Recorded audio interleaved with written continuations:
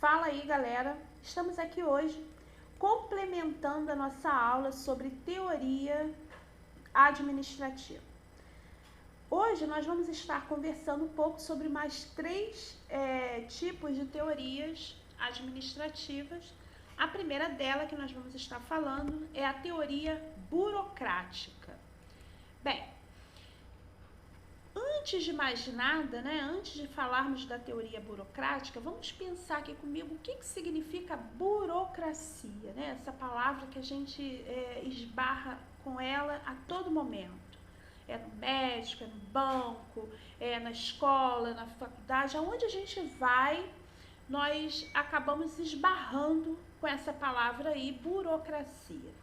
Então, nós vamos definir primeiro burocracia como sendo um conjunto de normas, de regras e de procedimentos. E aí, nós vamos começar agora a pensar também sobre teoria burocrática. Então, nós já vimos que a teoria burocrática, ela está dentro de uma burocracia. Primeiro lugar, como surgiu essa teoria burocrática? Ela surgiu como uma forma alternativa, porque antes, na aula passada, principalmente, nós falamos desses três tipos de teoria. Então, a teoria científica e a teoria clássica, ela era mais mecanicista, ela visava mais a parte mecânica. Então, a teoria das relações humanas já visava mais o romantismo, aquele romantismo exagerado, aquele paternalismo. E aí surgiu a teoria burocrática, como uma forma alternativa das organizações. Bem, essa teoria burocrática, ela utiliza, então, como padrão, papéis, documentos, regras, e nós vamos encontrar essa teoria burocrática em várias organizações, como política, como a parte militar, como religiosas, as organizações religiosas, elas usam a burocracia buscando o quê? Uma melhor eficiência. Então, para se ter uma eficiência, se coloca a mão na burocracia. Então, a burocracia, o objetivo principal dela é de dar uma eficiência na organização. Muito bem. Essa teoria, então, ela teve como autor, um alemão, sociólogo, ele era professor, tem outras funções, o Max Weber, e viveu de 1864 a 1940, porém, a partir de 1940, essas organizações cresceram e se basearam na teoria dele, na teoria do Max Weber. Então, a gente vai ver que essas organizações, elas começaram a ter como base a teoria de Max Weber, que era a teoria burocrática. Vamos falar um pouquinho das características. Primeiro, ela tinha um caráter legal, quer dizer, as normas, ela toda baseada em normas e regulamentos. Ela tinha formalidade na comunicação. Então, nessas comunicações eram usadas a linguagem clara e precisa. Então, as coisas eram muito bem detalhadas. A divisão do trabalho, cada um tem a sua responsabilidade. Então, a divisão desse trabalho aí estava dentro também da teoria burocrática. A impessoalidade, isso significava que a mesma regra, ela tem que ser aplicada a todos, independente de raça, independente de profissão, de sexo. Aí, isso a gente chama de impessoalidade. E por último, a última característica que eu coloquei aqui pra gente é a meritocracia. Quer dizer, o indivíduo, ele era qualificado, ele era capacitado e ele ganhava méritos por esta qualificação, por esta capacitação. Bem, tiveram críticas, e essas críticas da teoria eram chamadas de disfunções. Então, quando a gente fala em disfunções, a gente está se relacionando às críticas à teoria burocrática.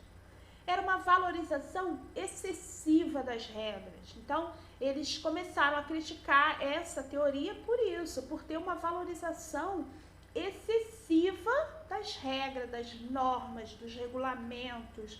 Tinha essa impessoalidade nas relações humanas. Então, todos eram tratados da mesma forma. E a utilização de símbolos que indicavam poder. A gente conhece muito, vê muito isso, né, na parte militar, né, os símbolos, cabo, sargento, e por aí vai, né? Capitão, tenente, cada um com um símbolo. Esses símbolos aí, eles fazem parte desta teoria burocrática. Então, os símbolos que indicam poder. Para a enfermagem, quando a gente pensa um pouquinho sobre a teoria, o que a teoria burocrática tem a ver com a enfermagem, né? Ela vai citar aqui características, comportamentos, posições que eram definidos pelos detentores do poder da organização. Então, a gente tinha aí, né, o que nós vamos começar a chamar de hierarquia, né? Então, esses comportamentos, os detentores do poder, né, isso daí faz parte da teoria burocrática e a gente vê isso também na enfermagem. E a valorização de normas e regras que a gente observa muito na enfermagem. Então, a enfermagem ela é regida por regras, por normas, aonde todos temos que seguir aquelas determinadas normas. Muito bem. A próxima teoria do sistema, a teoria administrativa, é a teoria dos sistemas. Então, quando a gente fala em teoria dos sistemas, ela surgiu aí, né, por volta de 1960, teve como fundador esse biólogo alemão, o Ludwig von Bertalanffy. E ele criou essa teoria aí dos sistemas baseado, né, no que significa essa palavra sistema, que é o que a gente vai ver agora. Então, quando a gente pega isoladamente, né, a palavra sistema, o que significa um sistema? Vamos pesquisar, então, o que significa um sistema, né, que foi a base dessa teoria. Em primeiro lugar, quando a gente fala sistemas, a gente vai pensar que sistema é um conjunto de elementos interligados e que formam um todo, mas eles têm um objetivo comum. E aí eu trouxe como exemplo aqui o sistema respiratório. Então, quando a gente pensa aí no sistema respiratório, o sistema respiratório ele é formado por vários elementos, né? Então, a gente tem um conjunto de elementos. No caso nosso, as fossas nasais, a boca, faringe, laringe, tudo isso são elementos do sistema respiratório. Então, quando a gente pensa em sistema, a gente vai pensar em um conjunto de elementos, mas que tem um objetivo comum. No caso nosso, aqui do sistema respiratório, o objetivo comum de todos esses elementos é fazer uma oxigenação correta do sangue, né? Levar o oxigênio aos pulmões, oxigenar o sangue, oxigenar os tecidos. Esse é o objetivo, aonde todos os elementos eles vão trabalhar em prol desse objetivo, ok? Então, a palavra sistema, nós já vimos que é um conjunto de elementos trabalhando, funcionando em prol de apenas um objetivo, ok? Bem, essa teoria dos sistemas, ela tem como característica, primeiro, os sistemas existem dentro de outros sistemas. Isso daí a gente já viu. Um sistema menor, ele compõe o sistema maior. Os sistemas são abertos. E existem funções, e essas funções dependem da sua estrutura. Então, a gente vai observar, né, no decorrer aqui da aula, que essa teoria do sistema vai um ajudando o outro, um trabalhando em prol do outro. No final, nós vamos atingir um único objetivo. Então, vamos lá. Quanto à natureza, né, essa teoria dos sistemas, ela pode ser aberta ou fechada. Seria uma natureza aberta, aonde ocorre um intercâmbio da matéria e energia com o meio. Então, ocorre uma troca de matéria, Essa matéria pode ser insumos com o meio ambiente. Quando a gente fala que ele é fechado, ele não faz o intercâmbio com o meio ambiente. Então, ele não sofre interferência nem do meio, né? Ele não interfere no meio, nem o meio interfere nele. Então, a gente chama aí de uma natureza fechada. E nessa teoria do sistema, foi frisado aí o homem funcional, né? Dando origem aí às relações interpessoais. Então, aqui não era aquele homem mecânico, né, que visava apenas o trabalho, mas começou-se a ver, né, um homem funcional e as relações interpessoal. Bem, nesta teoria dos sistemas, a gente não teve críticas. Por quê? Porque foi uma teoria recente e considerada uma teoria coerente. Então, não foi alvo de críticas dos estudiosos, né? E sobre o assunto, eles não criticaram essa teoria do sistema. Na prática, né, quando a gente traz essa teoria para a enfermagem, a gente vai ver que um sistema maior, ele é formado por subsistemas. O que a gente pensa nisso? Quando a gente pensa em um sistema de saúde, né, vamos pensar aí na saúde pública, né, na saúde pública em geral. Então, quando a gente pensa na saúde pública do Brasil, a gente vai ter os subsistemas alimentando esse sistema. Então, pensem comigo. Quando a gente fala na saúde pública do Brasil, nós vamos chegar até ao posto de saúde no nosso bairro. Ele é um elemento que faz parte daquele sistema maior que é a saúde pública do Brasil. Quando a gente pensa no SUS, por exemplo, né? Então, a gente fala assim, não, isso é da rede pública. Quando a gente pensa no posto de saúde, eu estou me referindo ao posto de saúde do bairro, né? Ou um subbairro, porque é como se eu fosse afunilando, mas para a gente pensar num sistema grande, eu tenho que pensar nos pequenininhos também. Porque aqueles subsistemas é que vão alimentar, que vão formar um sistema maior. Então, a saúde pública, né, em geral, no Brasil, ela é formada por várias categorias. Então, a gente vai ter os postos de saúde. A gente não precisa nem pensar no Brasil, a gente pode pensar no posto de saúde do estado do Rio de Janeiro. Vamos pensar assim. Então, a gente teria aí o posto de saúde do bairro, do estado do Rio de Janeiro. Depois, vamos pensar no município do Rio de Janeiro e por aí vai. Então, quando a gente chega aqui em Niterói, quando a gente chega em São Gonçalo, a gente já vai ter um posto central em São Gonçalo. Mas não é o mesmo que tem no bairro que vocês moram. Em cada bairro, a gente vai ter um posto de saúde. Esse posto de saúde é o que vai alimentar todo esse sistema, toda essa parte de saúde pública do Brasil, do estado do Rio de Janeiro. Então, a gente vai observar que na teoria dos sistemas, o sistema maior, ele é composto por subsistemas. Uma outra prática da enfermagem nesta teoria do sistema é a coexistência de propostas de outras teorias. Então, a gente vai observar que a enfermagem ocorre isso. As instituições, elas já absorvem um pouco de cada teoria. A gente não vai encontrar uma teoria administrativa em um determinado hospital. A gente vai ver os hospitais absorvendo um pouquinho de cada teoria, um pouquinho da burocrática, um pouquinho da científica, um pouquinho da clássica, e aí a gente vai observar que, no caso da prática de enfermagem na teoria do sistema, já existe, né, uma coexistência de outras propostas teóricas. Então, as instituições, como eu falei, elas absorvem um pouco de cada teoria. Então, isso daí, na prática da enfermagem, a gente não vê isoladamente a teoria do sistema, mas um pouquinho de cada teoria. E, finalmente, a teoria contingencial, que é a última teoria das nossas aulas de teorias administrativas. A teoria contingencial, ela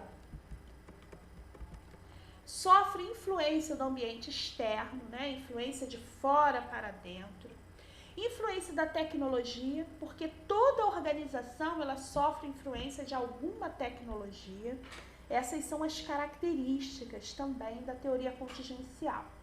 E ela é baseada em bens físicos e pessoas. Esses bens físicos podem ser matéria-prima e pessoas como peritos, como técnicos, né? Então a gente vai ver que essa teoria contingencial, ela está baseada aqui na tecnologia. Ela vai sofrer uma influência direta da tecnologia.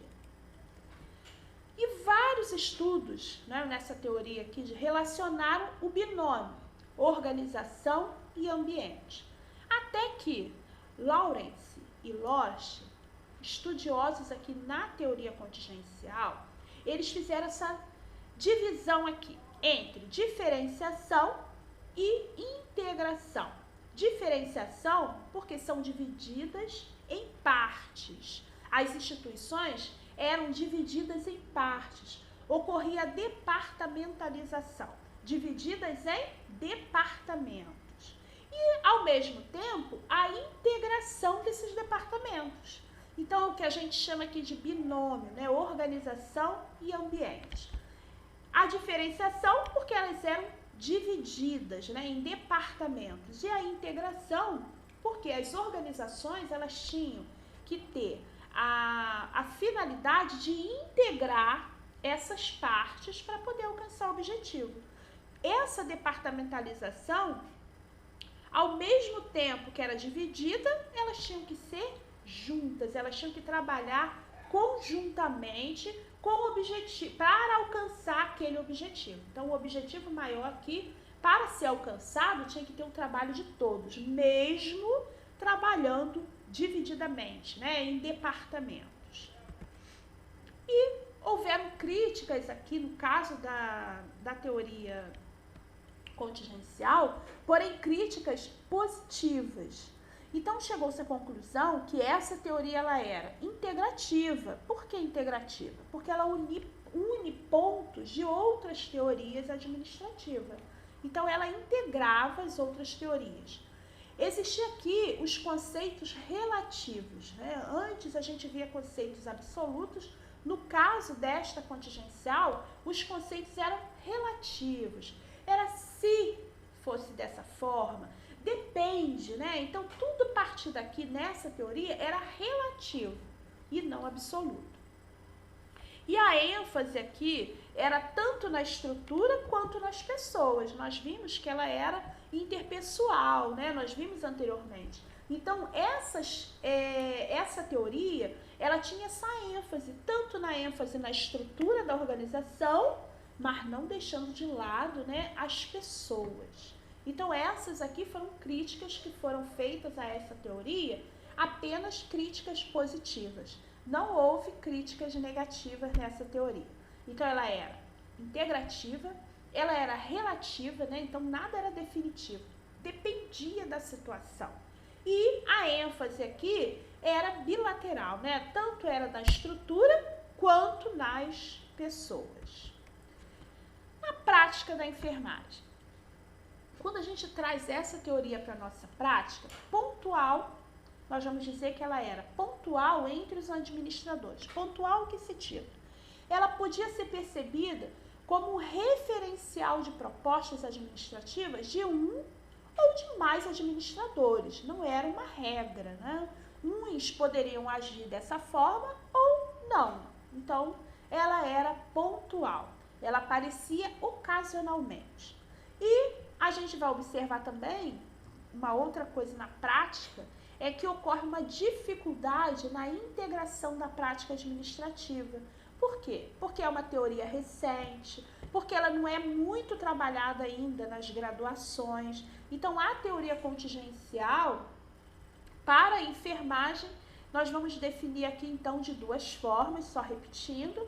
Ela pode estar presente em algum administrativo ou não. Pode ter algum administrador que absorve ela, ou não. E a outra é que a gente ainda tem, por ela ser uma teoria muito recente, ocorre ainda dificuldade na integração da prática administrativa. Então, para a enfermagem, a gente pode encontrá-la ou não. Bem, nós vamos terminar aqui nossa aula, né? Aqui apenas a referência de onde foi tirado. É importante, né, a gente tentar absorver um pouco o que a gente pode tirar de proveito das teorias administrativas. Existem formas administrativas. Quando a gente vai para um ambiente hospitalar ou empresarial, qualquer ambiente, né, que a gente vá trabalhar, que a gente vá prestar algum serviço, a gente vai encontrar administradores. Esses administradores, esses organizadores da instituição, eles podem adotar um tipo dessa teoria que nós vimos. Cada um pode adotar um tipo dessas teorias administrativas. Então, a gente acaba sempre, né? Uma das teorias que a enfermagem, ela utiliza muito é a burocrática. Então, nós vamos ter teoria burocrática em tudo. Tudo que a gente for fazer, né, nos procedimentos de enfermagem, a gente tem os protocolos. Tudo isso está dentro da teoria burocrática. Então, espero que tenha ajudado vocês. O assunto é um pouco complicado, eu sei. O assunto exige que a gente leia, que a gente assista bastante vídeos, que a gente, vamos dizer assim, pesquise bastante, né? Se esforce bastante. Não é um assunto fácil de ser absorvido. Mas é importante a gente conhecer, principalmente, né, os autores dessas teorias, saber o ponto base, chave dessas teorias. Isso daí normalmente cai muito em concursos. Então é importante a gente também não ficar só na parte prática, mas entender também a parte teórica, tá bom? Um grande abraço para vocês.